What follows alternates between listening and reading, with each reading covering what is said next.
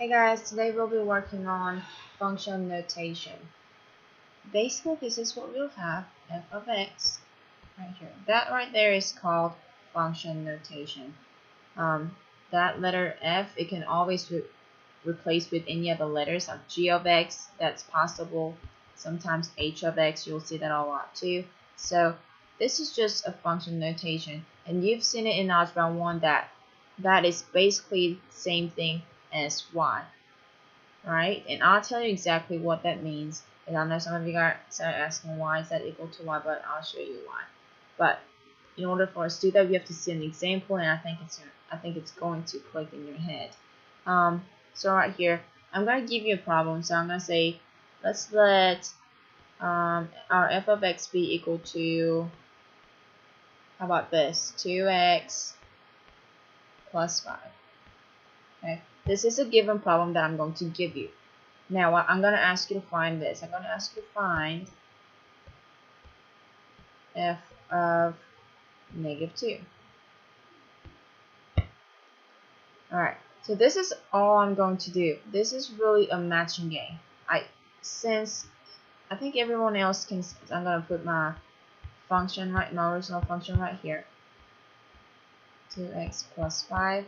And I'm going to put what I'm looking for underneath, which is f of negative. I know I am rewriting this, but I just want you to see this. You don't have to do it every time. I'm just only doing this for your own benefit. Now, do we see that x is replaced by -2 here? So all you're doing is you're replacing all of the x's with -2. So for instance, I'm going to keep going on this line right here, and I see x here. So everything else stays. All I'm going to do is replace x with -2.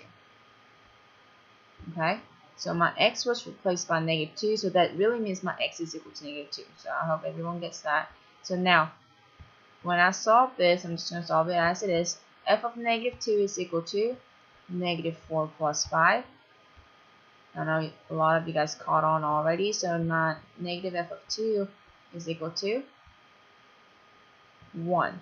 So let's look at it. So on our order pairs, right, we know this is going to be x, and we know that's going to be y.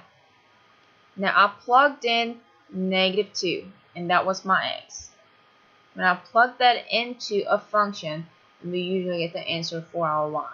Remember our t-charts? So our 1 is equal to y, but let's look at it. Our 1 is also equal to f of x. So that's why we call the f of x the same thing as y. So at this point, our solution is found, and this is basically all we do throughout the whole thing.